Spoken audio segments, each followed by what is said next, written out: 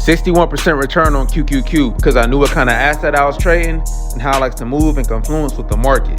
Let me show you. On the 4-hour chart, it got a trend line coming down and a trend line coming up. On the 5-minute chart, I'm gonna mark yesterday's lows with a red dotted line. On the 1-minute chart at open, you can see that it started to break down from that trend line and started to chop around at yesterday's lows.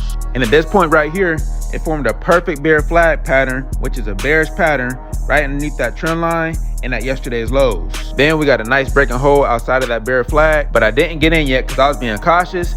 And I usually don't trade the open because that boy could be unpredictable. But as it went forward and made this little level, I bought puts right here with a tight stop loss above these 2 candles. And it wasn't no target on this because my next support level is way down there. And I knew it wasn't gonna reach down there in one shot. So this is straight trade management. But that mug wicked on my stop loss, then it starts spilling. Then at this point right here, I exited my trade and took my profits because QQQ tracks the performance of their entire NASDAQ, which means that other stocks can influence how it moves. And at this point around 10 o'clock, I saw big stocks like Tesla and Amazon reach their support zones, which means that they can bounce up. And them bouncing up will cause QQQ to bounce up too. And on the 5-minute chart, you can see QQQ is going down straight vertical. And we see a stock going down straight vertical, it's smart to take your profits because it needs to pull back.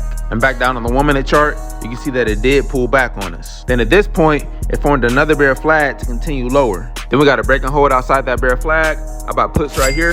Stop loss is above the 90 EMA at the entry point, and this is just another trade management trade. Then we got a little push down, then it just started moving sideways. And as it's just chopping around sideways, I moved my stop loss down to above this little high right here. Then eventually it went and stopped me out for a little loss, and then trended up for the rest of the day.